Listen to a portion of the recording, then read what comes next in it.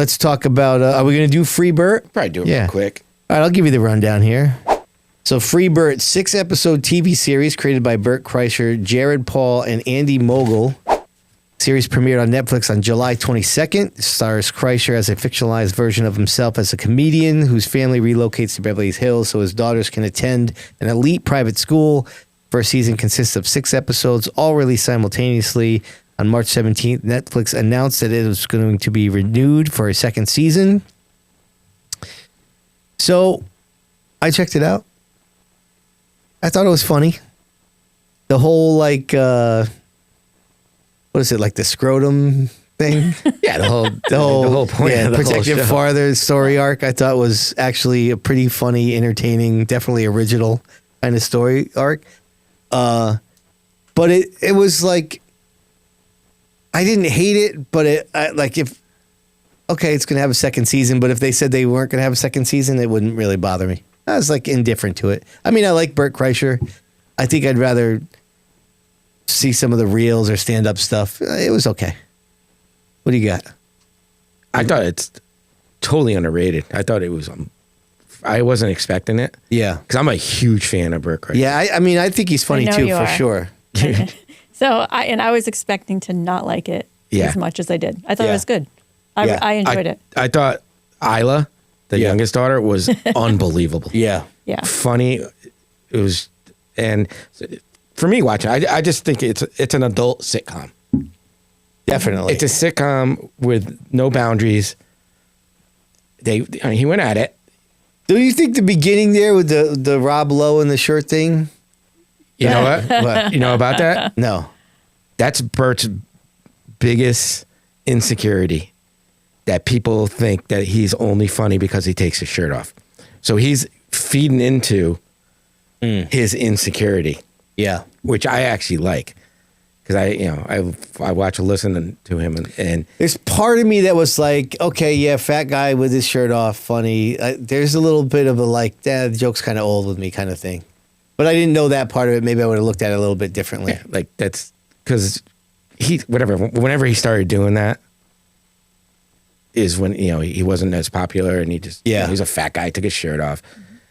Now he can't stop doing it. The fans won't let him. They expect it. They won't let him. So that's the whole point with the Rob Lowe thing. So his insecurity is, no, I'm not a one-trick pony. I'm actually a comic. Yeah. I'm a funny comic.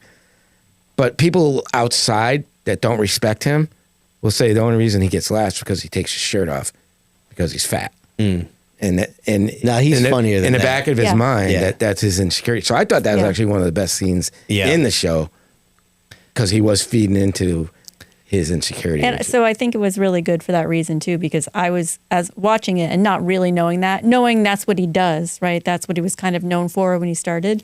I was like, all right, enough with the thing. And then when he put the shirt on and just the show started going, I was like, oh, this is really good.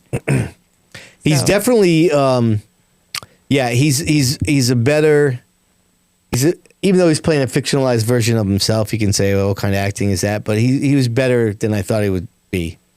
Some comics try to do this and it's not good, but he's likable.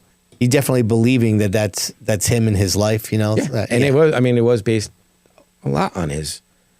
Yeah. I mean, the story isn't, but it is his daughter's first. So when he first pitched this idea, he wanted his daughter's permission to use their real names. That's actually their real names. And they weren't on it. They were like, no, they're in college right now. They don't. Right. It's hard enough to be Bert's daughter. For sure. You got goofy guys coming up to him. Oh, your dad. Right. But they said they watched the pilot and they go, all right, yeah, we're you can use our names. Like, all right.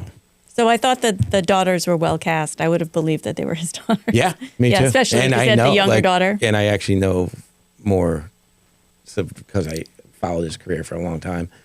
And the wife was great. How about the father of the dude with the scrotum issue is Carmela's nephew in The Sopranos, who gave him the financial advice. Yes. Went to the dog track with him a couple times. Yeah. Yeah. I saw him and I was like, who is that guy? I didn't put it up on the phone. You said that. All right. Yeah. So we'll all check it out. 3 thumbs up. I mean, mine's a marginal Yeah. one. I don't know if I liked it as much as you guys did, but I didn't hate it. It was good. I thought the finale was great. Yeah, the speech at the end. Yeah. Last episode was good. So when you gave us, so you're like, who's the best character? Who's the worst character? Yeah, go. So I figured was the best. The worst character, you can go between the young girl who blackmailed him, her mother. Yep. But no, the worst character is the gynecologist. Who? The gynecologist who's Yeah. sending out pictures Yeah. of all these Yeah. women Yeah, that wins. to everyone Yeah. else, right? Yeah, So, that wins. Yeah, that's